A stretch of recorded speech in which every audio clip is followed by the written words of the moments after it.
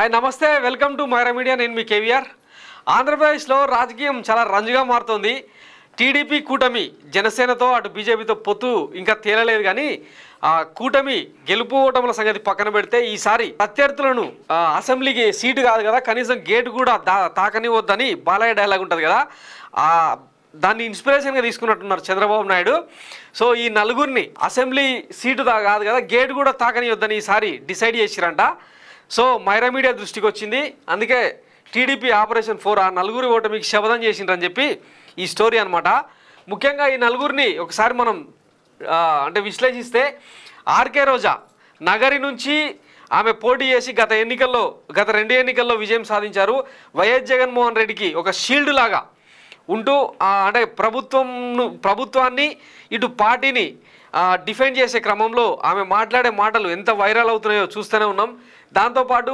మంత్రిగా పేరుని నాని చేసే కామెంట్లు కావచ్చు సెటైర్లు కావచ్చు చంద్రబాబు మీద కావచ్చు వారి అవినీతి మీద కావచ్చు ఎంత సర్కాస్టిక్గా ఉంటాయో గతంలో చూసినాం ఇక అంబటి రాంబాబు బ్రో పేరుతో పవన్ కళ్యాణ్ మీద ఎట్లా రెచ్చిపోతారు అసలు పవన్ కళ్యాణ్ అంటేనే ఆయనకు ఒక రకమైన గూస్ బంప్స్ వస్తాయి దాంతోపాటు ఆయన మాట్లాడే ప్రతి కామెంట్కు అంబటి రాంబాబు దగ్గర ఒక ఖచ్చితమైన సెటైర్ ఉంటుంది అనమాట ఈ రకంగా తర్వాత గుడివాడ ఎమ్మెల్యే నాని సైతం ఎట్లాంటి మాటలు మాట్లాడతారో మనం చూసినాం అంటే ముళ్ళును ముళ్ళుతోనే తీయాలన్న ఒక సూత్రాన్ని అనుసరించి టీడీపీతో రాజకీయం చేయాలంటే వాళ్ళ స్లాంగ్లోనే మాట్లాడాలన్న ఒక కాన్సెప్ట్తో గుడివాడ నాని మాట్లాడే బూతులు కావచ్చు అంటే అవతలలోకి ఇచ్చే కౌంటర్లు కావచ్చు పేలిపోతుంటాయి అనమాట వైసీపీ శ్రేణుల్లో ఆయన అంటే ఒక ఉద్వేగం ఒళ్ళు దగ్గర పెట్టుకొని మాట్లాడు పప్పుగుత్తి అని చెప్పి ఆయన మాట్లాడే సర్కాస్టిక్ డైలాగ్స్ టీడీపీని ఉక్కిరిబిక్కిరి చేస్తుంటాయి అనమాట ఈ నేపథ్యంలో ఈ నలుగురిని టార్గెట్ చేసుకొని ఈసారి అంటే పొత్తులో భాగంగా వీళ్ళు ప్రాతినిధ్యం వహిస్తున్న నియోజకవర్గాల్లో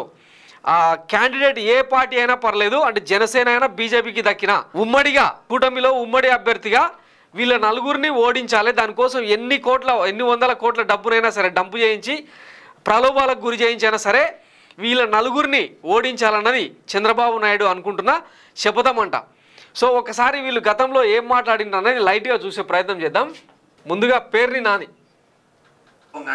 ఆదరా బాదరాగా స్పెషల్ ఫ్లైట్ ఒకటి పెడితే అక్కడి నుంచి వచ్చేసి ఆయన చెప్తాడు జగన్మోహన్ రెడ్డి గారు మీకు తెలియదేమో ముఖ్యమంత్రి గారు అనే వ్యక్తి మౌఖిక ఆదేశాలు ఇస్తాడు తప్పితే సంతకాలు ఎక్కడ పెట్టరో తెలుసుకోవయా ముఖ్యమంత్రి గారు అని మాట్లాడతాడు అరే బాబు ఒక్కసారి ఎమ్మెల్యే గెలవరా బాబు కనీసం కార్పొరేటర్ గా నాకు గెలిస్తే అసలు ఎవడు ఎక్కడ సంతకాలు పెడతాడు అనేది అర్థం అవుతుంది కూడా అతనికి తెలియదు ఇవాళ ఇదే చంద్రబాబు నాయుడు గారు మావాడికి ఏమో నాకు తెలవదు అలవాటు నాకు తినేశారంటే మీరు మర్యాదగా తీసుకొచ్చి కూర్చోబెట్టి చంద్రబాబు నాయుడు గారు ఇదిగో మీ సంతకాలు ఇదిగో అండి ఏంటి ఇట్లా చేసేసారు ఈ పాపం చేశారండి ఈ 375 కోట్లు జనం డబ్బులు ఇలా అలవాటు నాకు తినేశారంటే మీరు అందరూ కలిసి మాట్లాడితే ఏమో నాకు తెలవదు గుర్తులేదు ఎన్నిసార్లు అయినా మర్చిపోయా ఏమో నాకు తెలవదు గుర్తులేదు మర్చిపోయా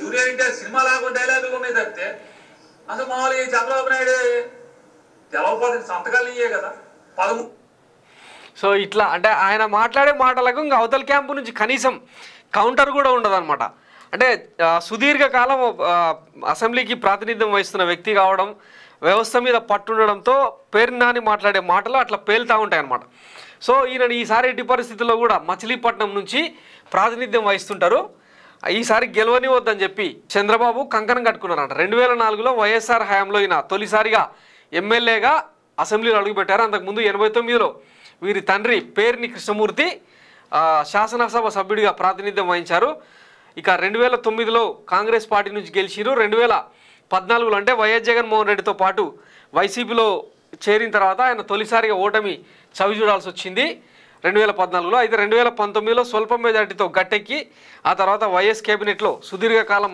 మంత్రిగా బాధ్యతలు వహిస్తున్నారు సో ఈసారి ఎట్టి పరిస్థితుల్లో అదే కొల్లు రవీంద్రను కూటమి ఉమ్మడి అభ్యర్థిగా పెట్టి పేరుని నాని ఓడించాలన్నది చంద్రబాబు కాన్సెప్ట్ అనమాట ఇక నెక్స్ట్ వైసీపీ ఎమ్మెల్యే రోజా నగరి ఎమ్మెల్యేగా గతంలో టీడీపీ ఈమెను ఎంతగా ఇబ్బంది పెట్టిందో ఆంధ్రప్రదేశ్ ప్రజలు చూసిరు కోడెల శివప్రసాదరావు స్పీకర్గా ఉన్నప్పుడు ఆయన ద్వారా అక్రమంగా రోజా మీద అనర్హత వేటు వేసి కొన్ని నెలల పాటు అసెంబ్లీలోకి రాకుండా చేసిన కుతంత్రం చంద్రబాబుది అనమాట.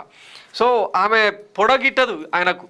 అది కాక ఐరన్ లెగ్ కానీ ఆమె మీద ముద్రేసి రకరకాలుగా హ్యూమిలేట్ చేశారు ఆర్కే రోజాను. అదే గ్రడ్జ్తో ఆర్కే రోజా సైతం మంత్రి అటు లోకేష్ అయినా ఇటు పవన్ కళ్యాణ్ అయినా షర్మిల అయినా ఎవరినైనా చెడు కూడా ఆడుకోవడం ఆమెకు వెన్నతో పెట్టిన విద్య అనమాట. సో గట్టిగా పెద్దగా నోరేసుకొని మాట్లాడుతుందని చెప్పి ఆమె మీద విమర్శలు సైతం చేస్తూ ఉంటారు. సో ఈసారి ఈ ఎన్నికల్లో ఎట్టి పరిస్థితుల్లో నగరిలో ఆమెను గెలవనివద్దు అని చెప్పి కంగన కట్టుకున్నారంట. ఒకసారి ఆమె ఎట్లాంటి మాటలు మాట్లాడిందో విందాం. ముఖ్యమంత్రి గురించి మాట్లాడడం నాకు చాలా బాధగా ఉంది అధ్యక్ష. ఈరోజు నా కొడుకు ఫారెన్కి వెళ్ళి చదువుకున్నాడని చాలా గొప్పగా చెప్పుకుంటున్నాడు అధ్యక్ష. అలాంటి కొడుక్కి ఆంధ్రప్రదేశ్ ఒక కంట్రీయా ఒక స్టేటా కూడా తెలియకుండా ఒక కాన్ఫరెన్స్ లో మాట్లాడిన వీడియో కూడా మీరు చూడొచ్చు అధ్యక్ష. అలాగే వర్ధంతికి జయంతికి కూడా తెలియని అతను చదువుకున్నాడని ఈయన గొప్ప చెప్పుకుంటున్నాడు అధ్యక్ష. అలాగే తాను నించున్న కాన్స్టిట్యూన్సీని మంగళగిరి అని పలకలేక మందరగిరి అనే ఒక మందబుద్ధి గల కొడుకుని కానీ ఈరోజు జగన్మోహన్ రెడ్డి గారిని మాట్లాడడం చాలా సిగ్గుచేటు అధ్యక్ష. మహిళని కూడా చూడకుండా ఈమె మీద అశ్లీల చిత్రాలు తీసిందని రకరకాలుగా విమర్శలు చేయిస్తారు ఈ చంద్రబాబు నాయుడు. ఒక రాజకీయ నాయకుడు ఎట్లయితే చేయకూడదో మహిళలను గౌరవించాలని హీన సంస్కృతి ఎట్లాంటిదో చంద్రబాబు అంటే రోజా మీద ప్రయోగించిన అస్త్రాలను చూస్తే గమనిస్తే తెలుస్తుంది అనమాట. సో మరి ఈసారి ఆర్కే రోజాను అసెంబ్లీలోకి రానివద్దు అని చెప్పి కంకణం కట్టుకున్నారు. అంటే ఎంతవరకు వర్కౌట్ అవుతుందని చూద్దాం. నెక్స్ట్ కొడాలి నాని. చంద్రబాబు గారి కుటుంబంలో ఉంటారు 4-5 కొందరు మెంటల్ ఇచ్చిన ఒళ్ళు దగ్గర పెట్టుకుని మాట్లాడండి. వాడు ఒక మెంటల్ కేసు చంద్రబాబు గారు ఎర్రగడ్డ మెంటల్ హాస్పిటల్ నుంచి ఆ లోకేష్ గారి వీడు బయలుదేరితే ఆరతులు ఇచ్చి పంపిస్తారు. ఇక్కడికి వచ్చి 4 రోజులు పిచ్చి నా కొడుకులా పిచ్చి వాడు వాకి వెళ్తారు. మా సంగతి చూస్తారంట వాళ్ళ అమ్మనన్నామంట. మీ తల్లిని అల్లరి చేసినటువంటి 420 నా కొడుకు నీ బాబు చంద్రబాబు గారు మేం కాదు. అసెంబ్లీ రికార్డులు చూద్దాం నీకు దమ్ముంటే. వాడు 4 ఓట్ల కోసం ఒక ఆడదాన్ని అడ్డం పెట్టుకోవటానికి ఆవిడ తీసుకొచ్చి అక్కడ అన్న మాటలు అన్నారని చెప్పి తీసుకొచ్చి బయట రోడ్డు మీద ఊరు వాడు అల్లరి చేశాడు నిన్ను నీ తల్లిని. వాడు 420 గడి చంద్రబాబు మేం కాదు చూస్తాం. సో గుడివాడ నాని కొడాలి నాని అంటేనే ఒక ఆవేశం, వైసీపీ శ్రేణులకు ఒక ఉద్వేగం అనమాట. అవతల వైపు నుంచి ఏ చిన్న విమర్శ వచ్చినా సరే ముందుగా మాట్లాడేది కొడాలి నానియే. వైఎస్ జగన్మోహన్ రెడ్డి సర్కారం కావచ్చు, పార్టీ పరంగా కావచ్చు, ఒక షీల్డ్లా వ్యవహరిస్తూ వీళ్ళంతా ఈ నలుగురు కాపాడుతూ వస్తుంటారు అనమాట, కౌంటర్లు ఇస్తూ వస్తుంటారు. సో ఎట్టి పరిస్థితుల్లో ఇంకొకటి వైసీపీలో ఈ నలుగురి నోరుని కనుక నొక్కేస్తే ఇక ఆ పార్టీ నుంచి వాయిస్ ఉండదు అన్న ఒకే ఒక్క కుతంత్రంతో ఈ నలుగురిని ఓడించేందుకు చంద్రబాబు నాయుడు, పవన్ కళ్యాణ్ ఉమ్మడి కార్యాచరణ అమలు చేయబోతున్నారు అన్నది మనకు వచ్చిన ఇన్ఫర్మేషన్ అనమాట. సో మరి రేపు ఎట్లాంటి రిజల్ట్ వస్తుంది వీళ్ళకి సంబంధించి అన్నది చూద్దాం. ఇక పవన్ కళ్యాణ్ మీద అంబటి రాంబాబు చేసే వ్యాఖ్యలు అయితే భలే కామెడీ ఉంటాయి.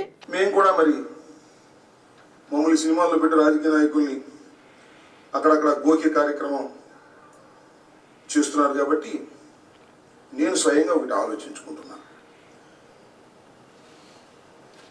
రాజకీయాల్లో ఉండి సినిమాలు తీయచ్చు కానీ సినిమాల్లో ఉండి రాజకీయాలు చేస్తూ సినిమాలు వదలకపోతే సినిమాలు నాశనం అవుతాయి. రిలేషన్ ఇది కూడా నిత్య పెళ్లి కొడుకు పనికొస్తుందా లేదా అని దాన్ని ఒక ఆయన సైన్ చేశాడు. నిత్య పెళ్లి కొడుకు పవన్ కళ్యాణ్ మీద నిత్య పెళ్లి కొడుకు ఈయన అనవసరంగా గెలికిండు పవన్ కళ్యాణ్. బ్రో సినిమాలో శ్యాంబాబు అని ఈయన అంటే సంక్రాంతి పండుగ టైంలో డ్యాన్సులు వేయడం అంటే చాలా జాలీగా ఉండడం ఈయన వ్యక్తిత్వం అనమాట. దాన్ని అడ్వాంటేజ్గా తీసుకొని బ్రో అనే సినిమాలో ఒక ఆర్టిస్ట్ని పెట్టి ఈయనలాగా డ్యాన్సులు వేయించారు. కించపరిచేలాగా చేస్తే దాన్ని ఈయన సీరియస్గా తీసుకోకపోగా పవన్ కళ్యాణ్ మీదనే సెటైర్లు వేసేలాగా ఏకంగా అంటే ఆ నిత్య పెళ్లి కొడుకు పేరుతో పవన్ కళ్యాణ్ మీద సినిమాలు తీస్తామని చెప్పి ఈ కథ చెప్తున్నా అనమాట. అని ఒక సైట్ చేశారు, పరిశీలిస్తున్నాం. ఇది కూడా నిత్య పెళ్లి కొడుకు పనికొస్తుందా లేదా అనే దాని మీద ఇది ఒక టైటిల్. పెళ్లిళ్ళు పెటాకులు ఇది ఒక టైటిల్ పరిశీలనలో ఉంది. తాళి ఎగతాళి ఇది కూడా పరిశీలనలో ఉంది. ఇంకొకటి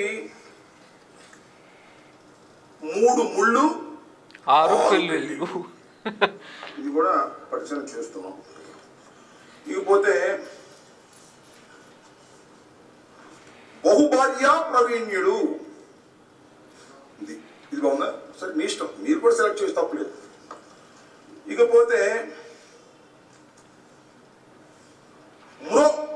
బ్రో లాగా బ్రో అంటే మ్యారేజ్ రిలేషన్ అఫెండర్ అంట. Relations offender, marriages relations offender bro. అది ఇంకా ఆఖరి ఇట్లా అంటే అనవసరంగా కెలుక్కొని మరీ తిట్లు తిట్టించుకుంటుంటారు అనమాట వీళ్ళతోనా. సో ఈసారి ఎట్టి పరిస్థితుల్లో కూడా వీళ్ళను అసెంబ్లీలోకి అడుగు పెట్టనివ్వకుండా వ్యూహాలు రచిస్తున్నారంట. మరి ఎంతవరకు సక్సెస్ అవుతుంది, కూటమి అభ్యర్థులు వీళ్ళని నిజంగానే ఓడించి కసి తీర్చుకుంటారా లేదా అన్నది ఇక రాబోయే ఎన్నికల్లో తేలనుందనమాట. మొత్తం మీద ఈ నియోజకవర్గాల్లో అంటే రోజా ప్రాతినిధ్యం వహిస్తున్న నగరిలో, పేరు నాని ప్రాతినిధ్యం వహిస్తున్న మచిలీపట్నంలో, అంబటి రాంబాబు ప్రాతినిధ్యం వహిస్తున్న సత్తెనపల్లిలో, తర్వాత గుడివాడలో ఈసారి అదేదో సినిమాలో మహేష్ బాబు సినిమాలో చెప్తారు కదా, గాల్లో డబ్బులు వేస్తాయన్నట్టు ఆ రకంగా టీడీపీ పెద్ద ఎత్తున డబ్బులు ఖర్చు పెట్టబోతుంది అన్నది మనకు వచ్చిన ఇన్ఫర్మేషన్ అనమాట. సో ఇదే అనమాట టీడీపీ ఆపరేషన్ 4. కూటమి గెలిచి అధికారంలోకి వస్తుందా లేదా తర్వాత, కానీ ఈ నలుగురిని మాత్రం ఇంటికి పంపించాలి, ఇంట్లో కూర్చోబెట్టాలన్నది వాళ్ళ కాన్సెప్ట్ అనమాట. సో ఇది ఎంతవరకు వర్కౌట్ అయితే చూద్దాం. ఇది Maira Media exclusive story. Thanks for watching. నేను మీ కేవీఆర్. Thank you.